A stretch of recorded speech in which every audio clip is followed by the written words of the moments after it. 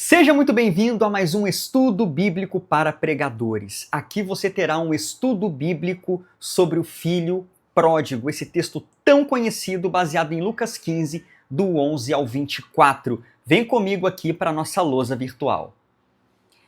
Bom, já estamos aqui então nesse que é um verdadeiro estudo bíblico para pregadores, para você não apenas entender o texto, mas também no final tem a cereja do bolo, hein?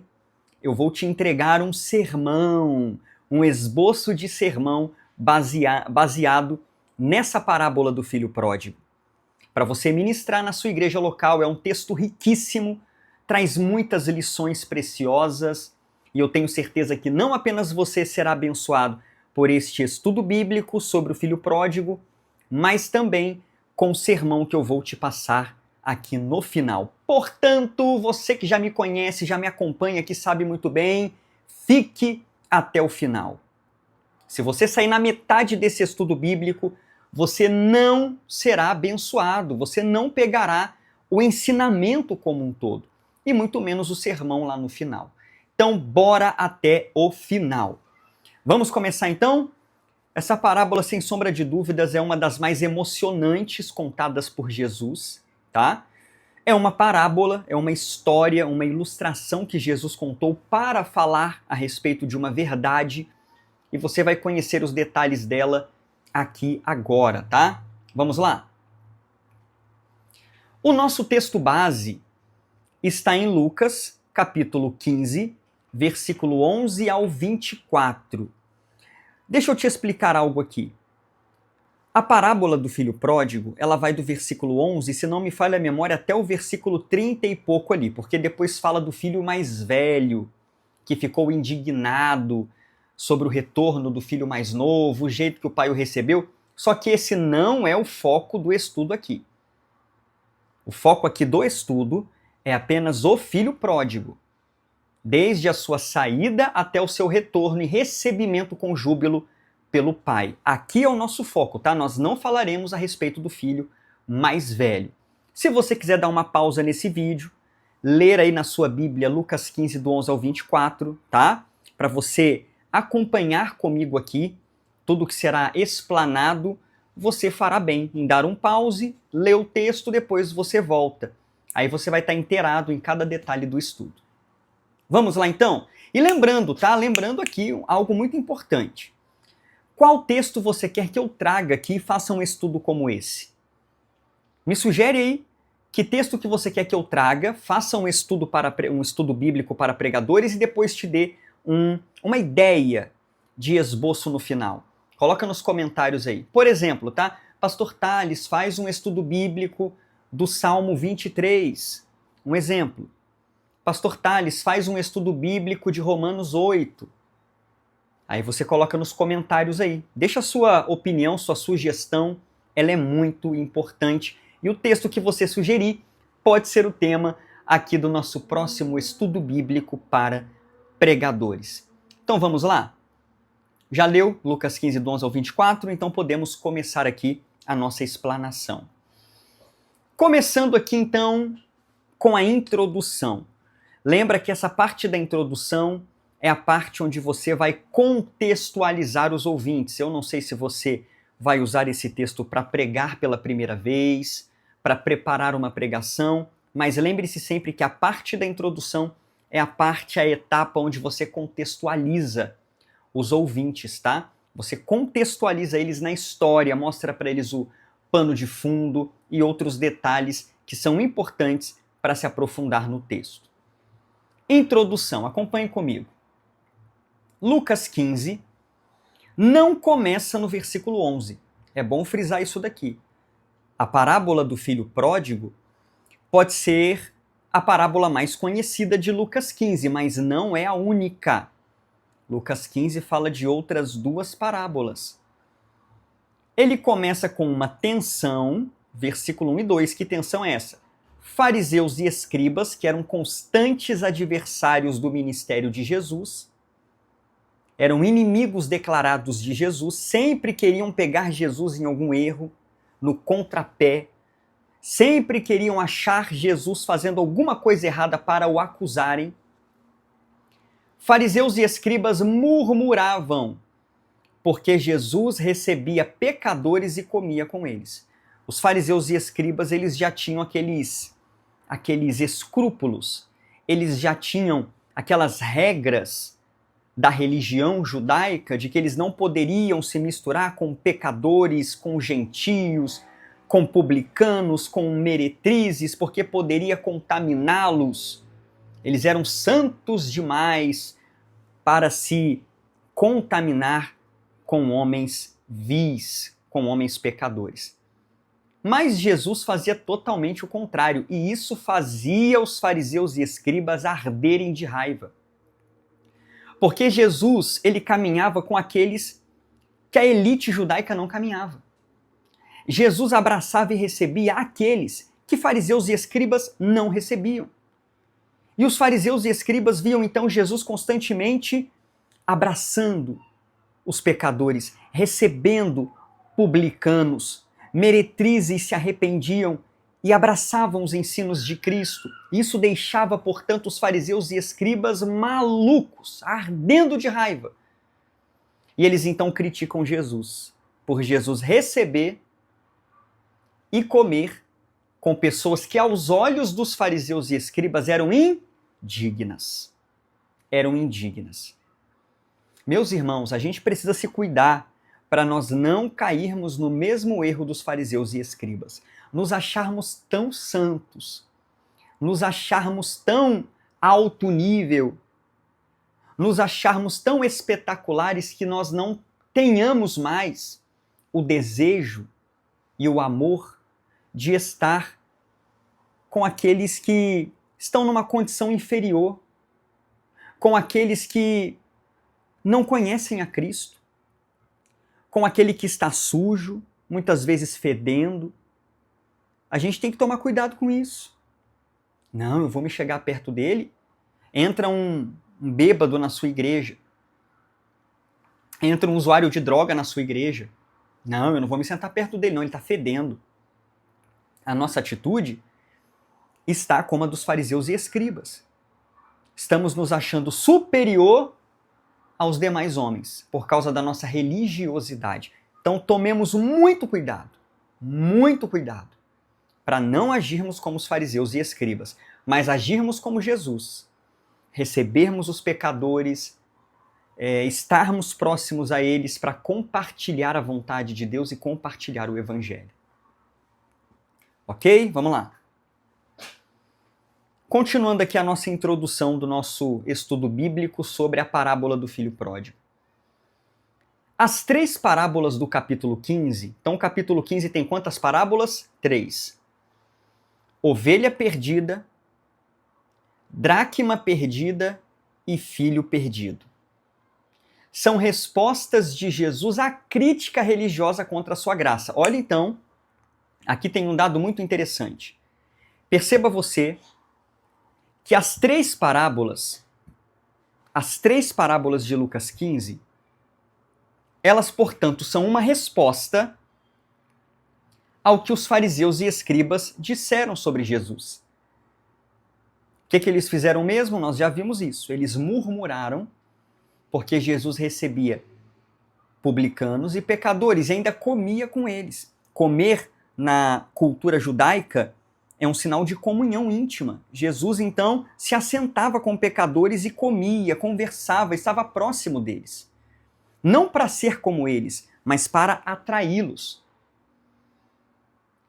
E aí os fariseus e escribas criticam Jesus. E Jesus, então, conta essas 3 parábolas, ovelha perdida, dracma perdida e filho perdido, para mostrar o amor de Deus e como Deus trata o homem indigno. O foco da parábola não é apenas o filho que se perde. O foco da parábola, na verdade, é o coração do pai e a mentalidade dos ouvintes religiosos. Essa parábola, na verdade, não deveria nem chamar parábola do filho pródigo. Deveria ser uma parábola cuja ênfase, cujo título remetesse ao coração do pai.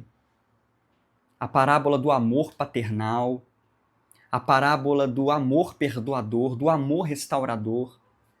Porque o foco não é nem as atitudes do filho, é o amor do pai em receber o filho de volta. E é essa a mensagem que Jesus quer passar para os fariseus e escribas. Se eu estou com publicanos e pecadores é porque eu os amo e eu quero recebê-los de volta a mim. E aqui já tem a primeira aplicação para pregadores. Parábolas, você pode destacar isso, tá? Não são histórias soltas, sem sentido, sem nexo. São respostas teológicas a problemas reais. Assim como Jesus contou essas 3 parábolas como uma resposta aos escribas e fariseus, as outras parábolas que Jesus contou também foi com o intuito de dar uma resposta, de ensinar verdades. A parábola, ela tem esse propósito. Não é simplesmente a história pela história, a ilustração pela ilustração. Tem um propósito por trás, tem uma verdade que Jesus quer transmitir com essa parábola. E você não pode perder isso de vista, de que a parábola do filho pródigo, essa pregação que você administrar, ela tem uma verdade que precisa ser destacada. Deus continua de coração aberto para receber o filho que retorna. Conseguiu entender? Deus continua de coração aberto para receber com festa o filho que retorna. Vamos lá? Então, introdução, já passamos aqui, tá? Já contextualizei você, já mostrei para você que Lucas 15 tem 3 parábolas e essas 3 são respostas de Jesus à murmuração dos fariseus, porque Jesus comia com publicanos, pecadores, com o que os fariseus e escribas consideravam a ralé da sociedade. Então vamos lá. Parte 1, então. Vamos começar falando sobre a rebelião do filho mais novo. É assim que começa, de fato, esse texto. E é assim que vamos começar esse estudo bíblico para pregadores, falando da rebelião do filho mais novo. Isso está baseado do versículo 11 ao versículo de número 13. Caso você queira dar uma pausa, ler esse trecho na sua Bíblia, fique à vontade, tá? Só não esqueça de pegar aí um papel, uma caneta. É sempre bom você anotar, é sempre bom você escrever nos comentários aí o que eu peço para você, pois isso é pedagógico, isso te ajuda a decorar, isso te ajuda a aprender, tá bom? Então vamos lá. A rebelião do filho mais novo. Começa assim, ó, o texto. Destaquei aqui o versículo 12. O filho chega no pai, o filho mais novo, esse homem tinha 2 filhos, e o mais novo chega no pai e diz: Pai, dá-me a parte dos bens que me cabe.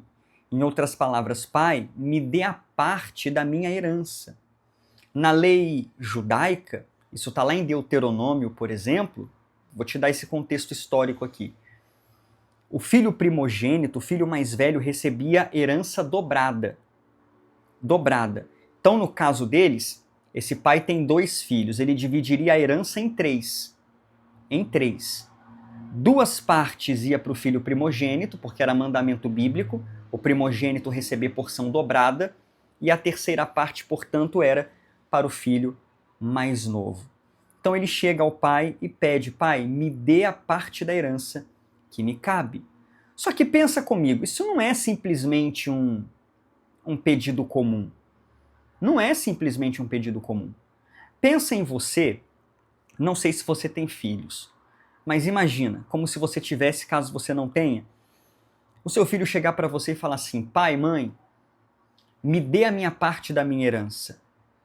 Poxa, um filho pedir isso para um pai: pai, eu quero saber do que é meu, eu quero que o senhor me dê aquilo que é meu de direito. Esse filho está passando a seguinte mensagem: eu me interesso mais por aquilo que eu vou herdar do senhor, da senhora, do que de fato pelo senhor ou pela senhora. E é isso que está sendo dito aqui. Pedir a herança com o pai vivo, o pai estava vivo ainda. Pedir a herança com o pai vivo equivalia a dizer: para mim o senhor já morreu. O que importa é a minha parte da herança. O que importa são as terras que eu tenho para receber, é o dinheiro que eu tenho para receber. É o mesmo que hoje um filho que vai herdar algo do pai, chegar para o pai e pedir a parte dele da herança. É como se ele estivesse dizendo para o pai: no meu coração eu já matei o senhor. No meu coração o senhor já morreu. Triste, né? Não é triste isso? E foi o que esse filho mais velho fez com o pai. Me dê a parte da minha herança. Para mim o senhor morreu. Olha só, vamos continuar aqui, ó. Aqui vemos 3 movimentos do pecado. Primeiro, olha só, ruptura do relacionamento, abandona o pai. Pai, me dá a minha herança que eu vou, ó, seguir minha vida. Não quero mais saber de tua casa, não quero mais saber de tua paternidade e de nada que envolve a tua casa. Eu quero seguir caminho. Eu quero seguir a minha vida. E não é assim que muitos fazem com Deus? Muitos fazem isso, estão na casa do Pai, mas já mataram Deus no seu coração. Você pode destacar isso. Estão na igreja, mas Deus já está excluído do seu coração. Só está ali por rotina, por religiosidade. Outra coisa. Outro movimento do pecado. Autonomia ilusória. Vivendo dissolutamente. Ele pegou a sua parte da herança não para morar numa outra casa, não para construir algo para ele, não para fazer investimentos retornáveis, mas para gastar dissolutamente. E hoje as pessoas abandonam Deus para quê? Para viver de forma dissoluta, para se esbanjarem no pecado, para se chafurdarem na lama do pecado. É por isso que as pessoas se afastam de Deus. E o texto mostra que ele viveu dissolutamente, e lá mais para o final, na fala do filho mais velho, no final de Lucas 15, o filho mais velho diz assim, que ele gastou a herança com meretrizes. Então o que ele queria, esse jovem, esse filho mais novo, era só dinheiro, sexo e poder. A trilogia que sempre governou o homem. Era isso que ele queria. Terceiro, distanciamento progressivo. É dito que ele foi para um país distante. Ele não foi para uma cidade distante. Ele não foi para um bairro distante, para um vilarejo distante. Ele foi para um país, para uma terra distante. Ele foi para muito longe. Ele pegou o que era dele, matou o pai no coração em primeiro lugar, pegou o que era dele e foi embora. Para o mais distante possível da casa do pai. E muitos fazem isso até hoje. Abandonam Deus, primeiro, tiram Deus do seu coração, abandonam a Deus e vai o mais distante no pecado que podem ir. É aí onde entra o coração amoroso do Pai. Porque no final, apesar de tudo isso, o Pai ainda o recebe de volta e o recebe com alegria. Vai entender esse coração misericordioso de Deus. Deus é muito misericordioso. Veja bem, o texto não diz que o pai o expulsou. Em nenhum momento é dito que o pai, ao ouvir o pedido do filho, dá-me a parte dos bens que me cabe, em nenhum momento o pai fica indignado e diz assim, vai embora. Você está me matando no seu coração, então vai embora, você não é mais meu filho. Não é dito que o pai expulsou o filho mais novo. O pai respeita a escolha do filho. Sabe por quê? Porque Deus nos concedeu algo chamado de livre-arbítrio. Liberdade de escolha. O homem é livre, só que um dia o homem dará conta dos seus feitos a Deus. E aqui, como eu costumo fazer, nessa ministração vai vindo aqui textos bíblicos na minha mente e eu vou ter que anotar uma referência bíblica aqui. Ó. O pai respeita a escolha do filho. Tá? Vou colocar 2 textos, na verdade, aqui. Ó. Anote aí, tá? São referências para enriquecer seu estudo. Eclesiastes 11, 9 e... Tá vendo? Eclesiastes 11, 9 e 12, 14. Eclesiastes 11, 9, 12, 14. Eclesiastes 11, 9, se não me falha a memória, escreve aí para mim nos comentários se eu acertei ou se eu errei essa referência. Escreve aí.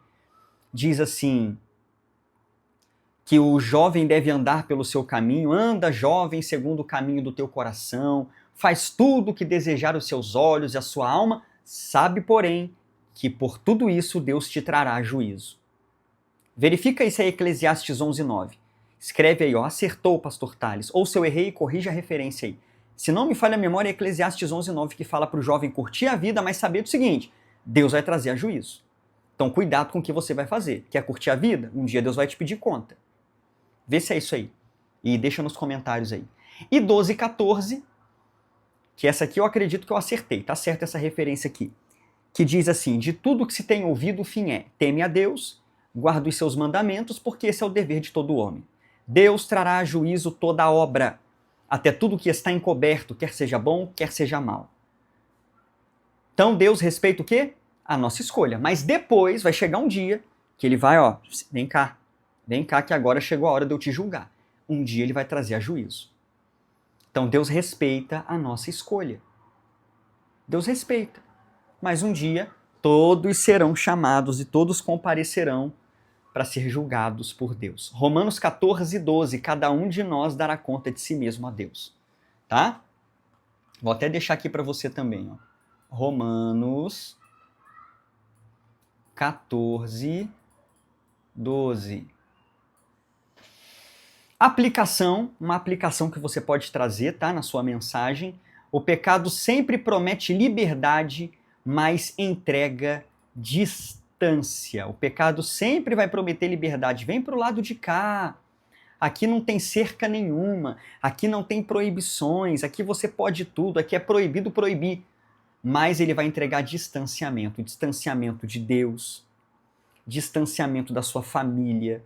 Distanciamento do seu projeto de vida. Distanciamento dos valores morais. E de muitas outras coisas. Conseguiu compreender? Espero que você tenha conseguido compreender, então, o pedido do filho mais novo ao pai.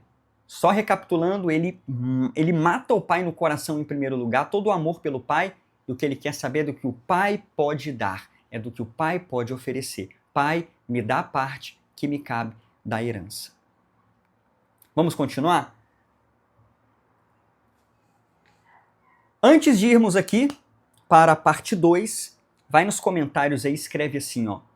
Parte 1, ok. Escreve aí para eu saber que você está entendendo. Depois eu vou acompanhando os comentários, vou vendo aí se você está entendendo parte por parte. Coloca aí, parte 1, ok. Escreve nos comentários aí, participa comigo dessa aula, tá? Sua participação é muito importante e eu vou olhar cada comentário, vou deixar um coração, vou responder. Participa aí. Parte 2, a queda e a fome do filho mais novo. Nem tudo foram flores para o filho mais novo. Chegou uma hora que o dinheiro acabou. Tem a hora que o dinheiro acaba. E aí quando o dinheiro acabou, cadê os amigos? Foram embora. Cadê as meretrizes com as quais ele gastou o dinheiro? Foi embora. Cadê todos que estavam à sua volta nas festas, nos luxos? Cadê todos os que estavam próximo a ele?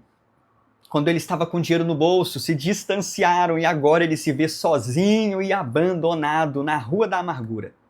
Vamos ver isso? Está no versículo 14 a 16, tá? Caso você queira acompanhar. Vamos lá. Aqui o texto mostra uma verdade profunda. Que verdade é essa, pastor Tales? A miséria revela a fragilidade da falsa autonomia. O filho mais novo pensou que teria autonomia longe da casa do pai. Agora eu tô com dinheiro no bolso, não tenho mais as restrições do meu pai, não tenho mais o meu irmão mais velho me enchendo a paciência. Agora eu sou livre. Não é assim que as pessoas pensam quando se afastam de Deus? Agora eu sou livre, não tenho mais pastor sobre mim, não tenho mais irmãos da igreja vigiando a minha vida, não tenho mais que ficar indo para a escola dominical no domingo de manhã, nem para o culto à noite, sou livre. Só que a autonomia, essa falsa autonomia, ela é frágil, efêmera. E o final dela é jogar o homem na miséria, como aconteceu com o filho mais novo. O jovem que queria independência pai, me dá parte da herança, tô indo curtir a vida, vou andar por aí sem destino. O jovem que queria independência, agora, primeiro, depende de um estranho, o dinheiro acabou, as festas acabaram, os amigos foram embora. E agora, para se sustentar e para viver, ele tem que trabalhar. Na casa do pai ele tinha tudo. Na casa do pai ele tinha comida, tinha conforto, tinha roupa. Agora ele não tem nada. E ele então procura um estranho para trabalhar na casa desse estranho. Então depende de um estranho. Outro, trabalha com porcos. Olha esse detalhe.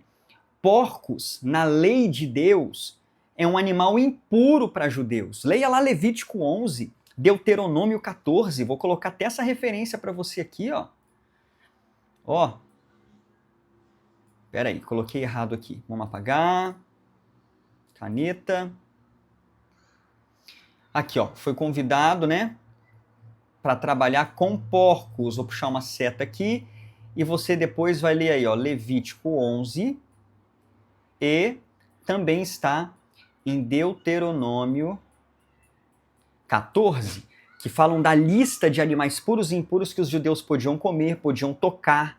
E só tocar nesses animais impuros já tornariam eles imundos. E esse jovem, então, foi levado a trabalhar com porcos. Olha o que o pecado faz. O pecado humilha.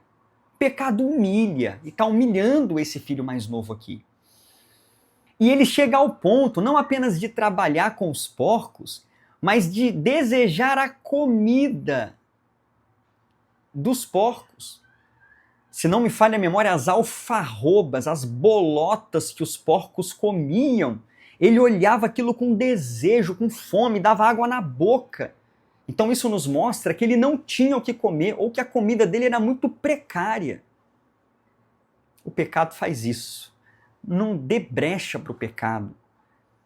Não abrace o pecado. O pecado vai te levar mais longe do que você deseja ir.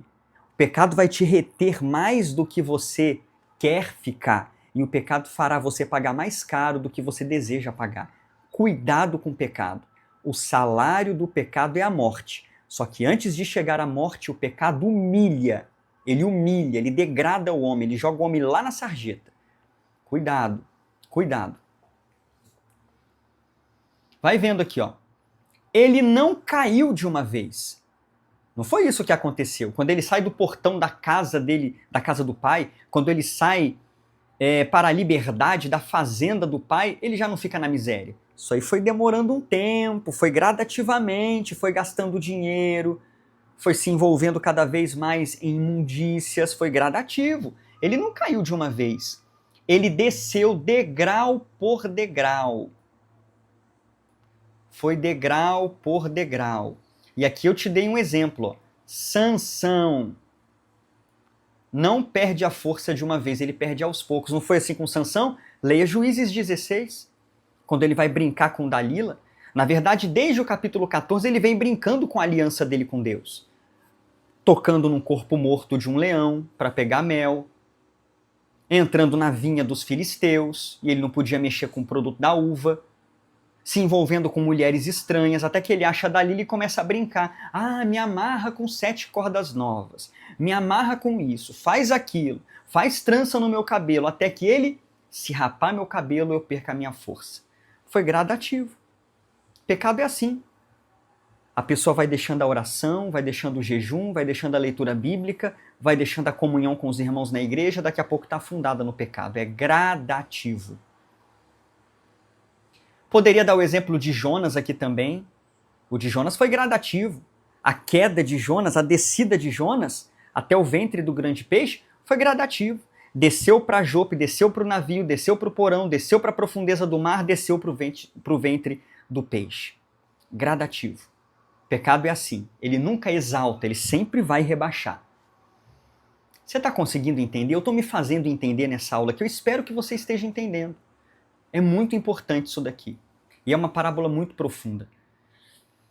Aplicação para pregadores, o pecado sempre começa como escolha e termina como escravidão. Vai começar como escolha. Esse moço mais novo aqui, ó, ele escolheu. Ele não está aqui com porcos, ele não está aqui nessa situação toda aqui, ó, porque forçaram ele, obrigaram ele, escolha dele. E a mesma coisa conosco. Se um dia cairmos, é porque escolhemos cair. Quem peca, quem cai, quem causa escândalo moral, escolheu fazer isso. Escolheu fazer isso. Escolheu. Deixa eu citar um caso para você aqui, como ilustração. Me veio aqui à mente agora. Você deve estar sabendo, porque não é novidade para ninguém, esse caso explodiu na internet. O caso do pastor lá do Pará, pastor presidente da Assembleia de Deus Missão, se não me falha a memória, que estava tendo um caso extraconjugal com a própria nora, com o consentimento do filho. Parece que o filho sabia, o filho empurrou a própria esposa para o pai. Um negócio abominável. Um negócio abominável. Quem forçou eles a isso? Quem forçou o pastor presidente? Quem forçou o filho a fazer isso? Quem forçou a mulher a se apresentar para um trabalho desse? Ninguém. Escolheram isso e agora o escândalo está estourado. Uma vergonha para o evangelho, porque agora o evangelho está sendo infelizmente difamado por causa disso, e uma vergonha para eles. Para o pastor presidente que teve que deixar o cargo, para o filho que foi revelada toda a tramóia dele para pegar o lugar do pai, da moça que se sujeitou a um trabalho como esse, a um pecado como esse com o próprio sogro. Eu tenho dó é da esposa do pastor, porque foi traída 2 vezes, 3 vezes, traída pelo esposo, traída pelo filho e traída pela nora. Eu tenho dó é dela e minhas orações por ela para que Deus ajude a se reerguer dessa situação tão difícil. Você ficou sabendo desse caso? Esse caso estourou na internet, é por isso que eu estou trazendo aqui, porque já está muito falado aí na internet e você já deve estar sabendo. Conta nos comentários aí se você está sabendo disso. E por que isso aconteceu? Escolha! Escolha! Entenda uma coisa, nós somos frutos da nossa escolha. Nós somos frutos de nossas decisões. O plantio é opcional. Eu escolho lançar semente ou reter a semente, mas a colheita é obrigatória. Entendeu isso? Escreva essa frase aí para você nunca esquecer disso. Escreva no seu caderno, no seu celular, escreva nos comentários. O plantio é opcional, mas a colheita é obrigatória. Eu escolho se vou plantar sementes de laranja num terreno, mas a partir do momento que eu plantei, a colheita é obrigatória, não tem o que eu fazer. Eu vou colher laranja. E é a mesma coisa. É a mesma coisa. O jovem que nós estamos estudando sobre ele plantou indiferença com o pai, ganância, pecado e agora está colhendo humilhação. Então cuidado com o que você planta. Cuidado com o que você planta. Se você não está gostando do que está colhendo, reveja o que você está plantando. Conseguiu entender? Então o pecado ele começa como escolha, mas ele inevitavelmente vai terminar como escravidão. Tá? Como escravidão. É alguém que escolhe dar o primeiro trago, é alguém que escolhe dar a primeira cheirada numa carreira, é alguém que escolhe se envolver com amizades ímpias, com amizades más, com amizades indevidas, e depois isso se torna escravidão. É alguém que escolhe dar o primeiro gole, depois se torna escravidão e vira um alcoólatra. Então, muito cuidado com as escolhas, tá? Vamos lá? Vamos para a parte 3, então. Vamos para a parte 3. Mas antes, escreve aí, parte 2 ok. Entendeu essa segunda parte? Entendeu? Conseguiu compreender? Escreve aí, então, parte 2 ok. Escreve aí, deixa eu saber que você está comigo. Parte por parte. Não sai dessa aula, hein? Não sai, porque nós estamos na metade da aula e tem muita coisa para você aprender aqui ainda, inclusive o esboço no final dessa aula aqui, para você pregar essa mensagem na sua igreja local. Fica comigo até o final, hein? Que nada tire você daqui. Pega lá um copo d'água, dá um pause, vai no banheiro, mas não sai daqui, assiste tudo. Então vamos lá? Escreve aí parte 2 ok. Parte 3, o arrependimento do filho mais novo. Isso está do versículo 17 ao 20, parte A. Se você quiser dar uma pausa para ler esse trecho na sua Bíblia, tá? E acompanhar, fique à vontade. Vamos lá? Continuando então aqui, é dito assim: depois de toda a degradação pela qual ele estava passando, trabalhar com porcos, desejar comer as bolotas que os porcos comiam, esse garoto cai em si. Ele cai em si. O entendimento dele abre. Caindo em si. Essa é uma das expressões mais fortes do texto. Dá um estalo nele. Pera lá, o que eu estou fazendo? O que eu estou fazendo da minha vida? Por que eu estou aqui? Na casa do meu pai não me faltava nada. Até os funcionários do meu pai eram tratados melhor do que eu. O que eu estou fazendo aqui? E Deus precisa iluminar o entendimento do homem para ele cair em si. É um jovem, filho de um crente, filho de uma irmã, de círculo de oração, tá na balada, curtindo a vida com ímpios, de repente dá um estalo nele. Pera lá, o que eu tô fazendo aqui? Eu fui criado na igreja, eu fui criado na escola dominical, eu tô desagradando a Deus. Ele pega e vai embora. Vai embora e nunca mais aparece. É alguém que está entrando no vício, nas drogas, no alcoolismo e cai em si. O que eu estou fazendo? Eu vou me tornar um alcoólatra? O que está acontecendo? Eu vou me tornar um viciado. Eu não quero isso para mim. Caiu em si. Caiu em si. Ou alguém que não chegou propriamente a cair no pecado, mas estava ali no flerte, brincando com a tentação e de repente deu um estalo. O que eu estou fazendo da minha vida? O que eu estou fazendo? Eu não posso fazer isso. Eu sou casado, eu sou pai, eu sou mãe, eu não posso fazer isso. Cai em si e corta todo tipo de laço com a tentação. Então, em nome de Jesus, que Deus ilumine a nossa mente para quando estivermos no caminho da tentação, a gente possa cair em si antes que seja tarde demais. Caindo em si. O que acontece? Ele entra então num processo de arrependimento de tudo aquilo que ele fez. E arrependimento não é remorso, tá? Arrependimento não é remorso, é retorno à lucidez espiritual. Você sabe qual que é a diferença de arrependimento para remorso? Vou te explicar, tá? No remorso, a pessoa se entristece pelas consequências do que ela fez. Ela foi descoberta, o pecado veio à luz, e ela se entristece, então, porque foi descoberta no erro. É remorso. Remorso. Se não tivesse sido descoberta, se tivesse dado tudo certo, continuaria normalmente no pecado. Remorso é o que Judas sentiu depois que vendeu Jesus. Remorso, não foi arrependimento. Ele viu as consequências do que ele cometeu e se entristeceu, se desesperou e se enforcou. Agora, arrependimento não. Arrependimento é: você entende que o que você fez foi errado, você se entristece pelo que você fez, porque você sabe que foi errado o que você fez, independente se foi descoberto ou não. E terceiro, você dá meia volta. Você dá meia volta. E você se coloca agora numa trajetória totalmente diferente. O que esse jovem teve? Remorso ou arrependimento? Arrependimento. Porque ele vai dizer: eu vou me levantar e vou voltar para o meu pai. Remorso seria ele ficar remoendo, chorando, mas nunca mudar. Isso é remorso. Agora o que ele teve não. Ele chorou, ele entendeu que o que ele fez foi errado, ele caiu em si, pegou as coisas dele e foi de volta para a casa do pai. Então arrependimento é retorno... Arrependimento é retorno à lucidez espiritual.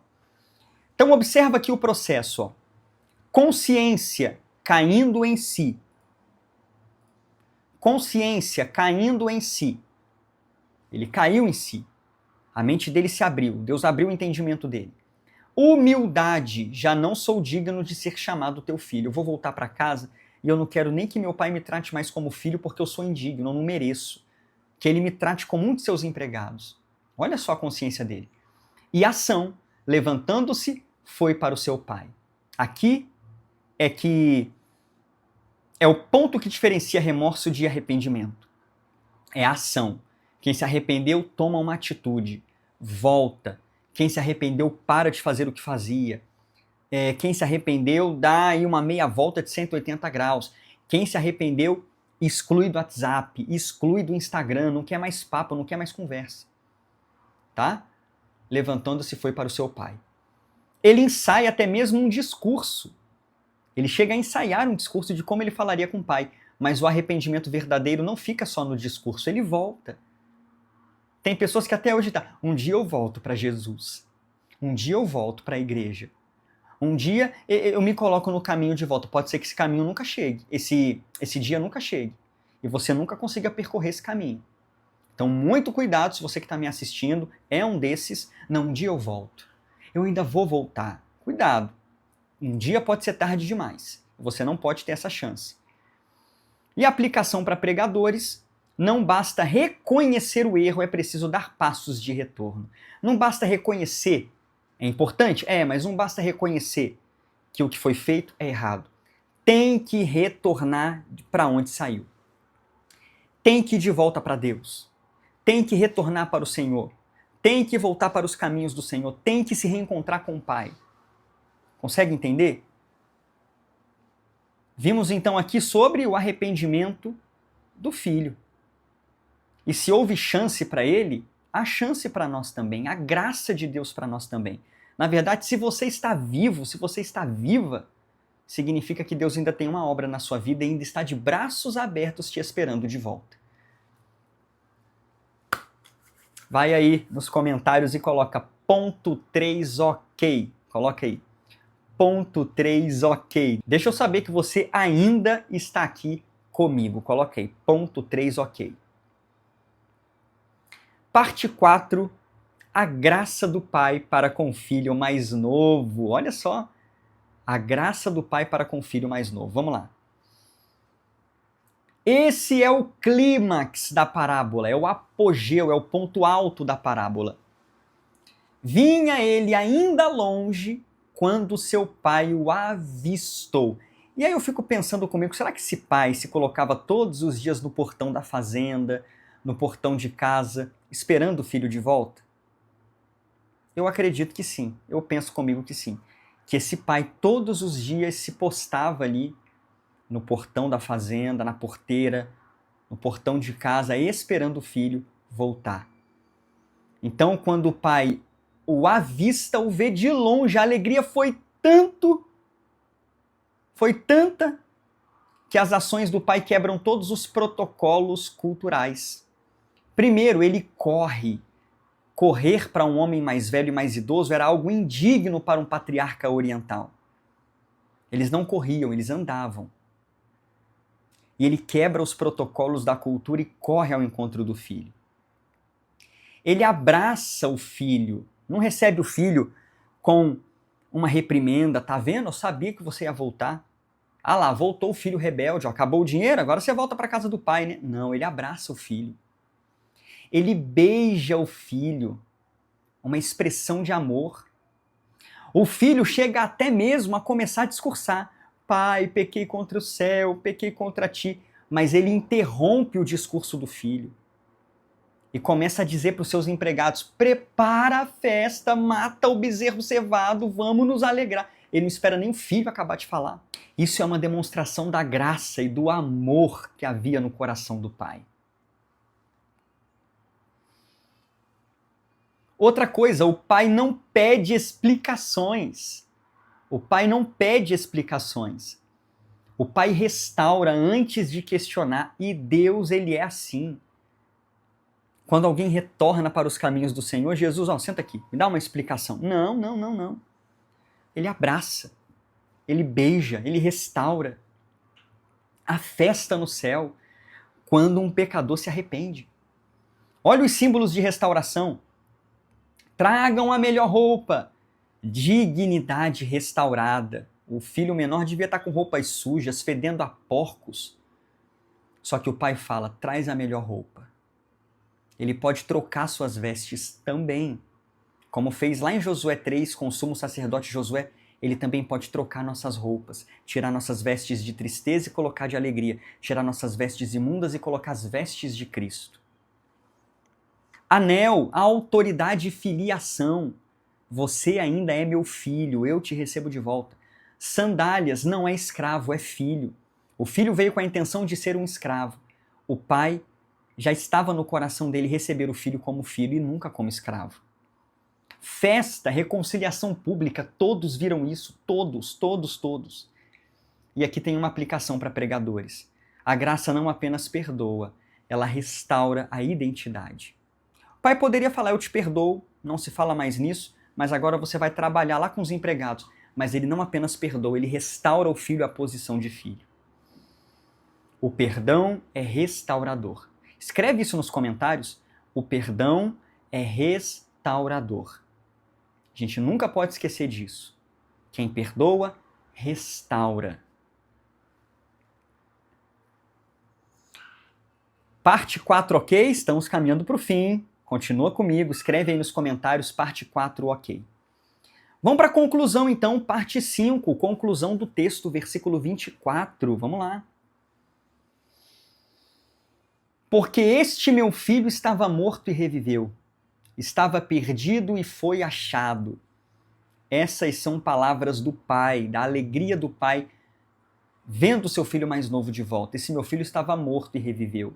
Ele estava perdido e foi achado. É assim que Deus vê cada um que retorna para ele. Estava morto, mas reviveu. Estava perdido, mas foi achado. O pai não diz, meu filho estava errado, mas caiu em si. O meu filho é um pecador, mas eu o perdoei. Não. Estava morto, mas reviveu. Lição central, o pecado gera morte espiritual, mas a graça gera ressurreição relacional. É aquilo que a gente já falou, quem perdoa restaura relacionamentos. E a parábola não termina com culpa, termina com festa. E eu desejo que a sua história, que o seu relacionamento com Deus também termine em festa, com o céu festejando o seu retorno, a sua firmeza espiritual, o seu relacionamento com Deus. Amém?